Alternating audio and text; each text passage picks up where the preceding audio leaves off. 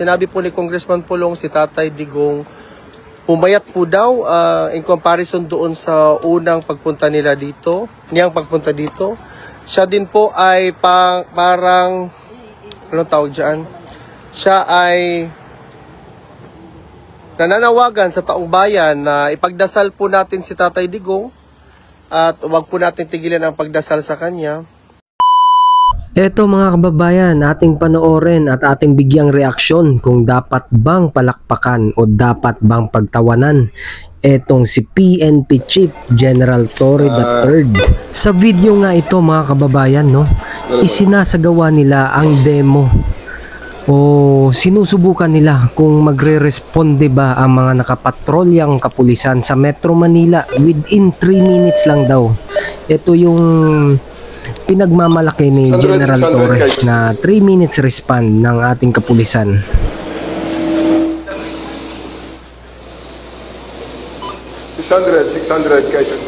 Ito na nga mga kababayan, no, nagtatawag na ng code si General Torre. Kunwari ay may emergency. 3 minutes police response. Kindly send policemen. Ayan, dito nga po ay nagbigay ng lokasyon si General Torre kung saan re-responde ang ating kapulisan. At bigla naman itong dumating agad nang wala pang 3 minutes at pati siya natawa na lang kasi halos 5 segundo lang. Wala pa eh! Ayan, kaya ito mga kababayan, kayo na po ang humusga at magbigay ng reaksyon kung ito ba ay scripted or dapat bang palakpakan o dapat pagtawanan itong si PNP Chief General Torre III. Along EDSA na Island. Wala pa eh!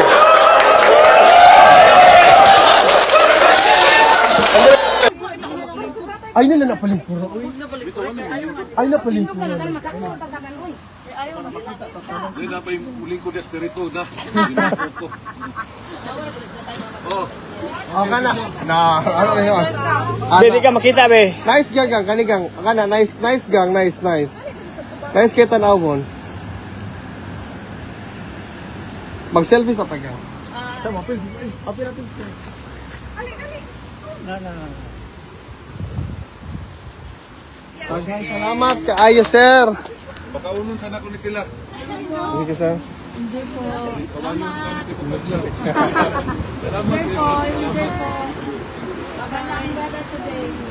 Ang anak na ni Kong Pulong na Batanon, cute. Iye, buti si Pulong na ang nandyan. Alvin, pakipakunta na Kong Pulong, kumusta ni Bia sa Pinas. Wala man siyang ano. Uli na sila. Ano sila kasi hindi pa nag-lunch ang mga bata. Si Tatay, okay naman daw po si Tatay Digong. Pumayat lang daw si Tatay Digong. Ako istorya, Bin. O yan. Ayan si Alvin. So mga kababayan, bye mama, thank you for being here.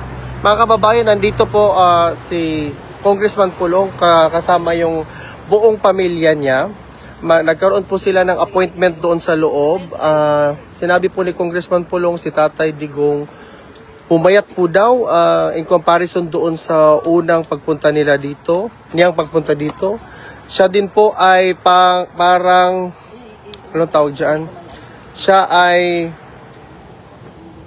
nananawagan sa taong bayan na ipagdasal po natin si Tatay Digong at huwag po natin tigilan ang pagdasal sa kanya. At yun po, din po na, ano pa ba yung nakalimutan ko? They'll be here for an X number of time. So I hope that Filipinos will come here to gather as well. Maraming salamat. Bukas, yeah, exactly. Yeah, bukas. Meron po siyang appointment to visit former President Duterte every day except during the NATO time. So we'll have plenty of time to ask around what's happening or the update of Tatay Digong. Nandito po yung dalawang anak niya. And Tatay Digong really asked a lot of questions daw para sa mga apo niya and he was very happy to see them. Yun po ang pinaka-update. Doon po sa legal context, bukas po yun malalaman with Attorney Kaufman, guys. So, yun po ang totoo. Sabay na mo. Sige na. Nandiyan ang bus eh. Si Audrey ang bus. Hi, attorney. Anong sabi niya? Wala naman. Wala namang something important. Ano, very important is that he's asking the people to pray. Si tatay daw pumayat. At saka, ano daw, walang other anything legal or whatnot. Tomorrow, I'm thinking of interviewing. Ay, wait lang muna. Oo. Galing, ano pa yan sila, Denmark? Oo. Ano, tomorrow? Tomorrow, I'm thinking of interviewing Attorney Kaufman. Para sa ano niya. Sabihin mo yun. Kaya nga eh. Ano lang, maghingi lang ako ng mga information. So, So, konti rin ang tao ngayon. ayun lang, yun lang. Kasi pagod tayo eh, kamo. At saka may amoy kasi sa hangin. Ano ba yung hangin na kasi matan mo? Bakit akin ka nakatingin, Alvin? Hindi ah. So, sa ano, sa basuran? Oo, parang sa, oo. Oy, problema ma'am. Thank you ma'am ha. Mabuhay ka ma'am. Adi lagi may tumatanggap ng salamat. Siguro sir, siguro attorney bukas, marami ng taon yan kasi nalaman nila dito sila kung Kailan ba ang balik niya? manatagal pa. Hindi, kailan ang ano niya? Bukas. Every day except for the NATO. Uy, mumba na, huwag mong iwan. Everyday na. Oh, every day. Ganitong oras. Yes. Hindi kasi siya sumagot sa akin. Tinanong ko, nagpa-dentista ako. Ay. Ang galing ng dentista rito. Napakamahal pero napakagaling. Absolutely no pain. Anong nangyari sa'yo? Root canal. Ay. Absolutely no pain. Root canal? Bigla ko. Ayan. Absolutely no pain. Sa Philippines, manhid pa. Sa Philippines, Saan ba? lalagyan mo Dito? na nilang topical bago ineksyonan. Siya, absolutely no pain. Magaan yung kamay ito nila. Bilib na bilib ako. Talagang sabi ko, I am so amazed. Hala! Na-late ka gang. I'm always going to dentist and there's always pain and I'm so impressed. Pero feeling ko andyan pa yung ano. Nandiyan pa, hindi pa ako masyadong Kaya nga, oo, yung ano Oh, niya. ikaw naman pala ang ngiwi ngayon. O, tingnan mo, ngiwi siya Ako konti. hindi talaga ngayon. Nag-giwi. Ano, tanongin mo siya bakit siya ngiwi ngayon? Hindi nga, because root canal siya. Mag-iwi-ngiwi ngayon. Sabi ni Lisa na, sige nga, mag-iwi-ngiwi ka. Eh, babalik sa'yo yun. Sabihin, ikaw ang ngiwi ngayon. Hindi kaya. Pabalita ka na. Saan na nato ni?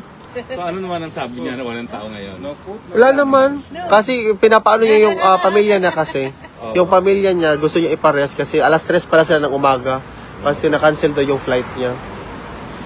So, So wala siyang sinabi. Walang legal ano. Prayer lang.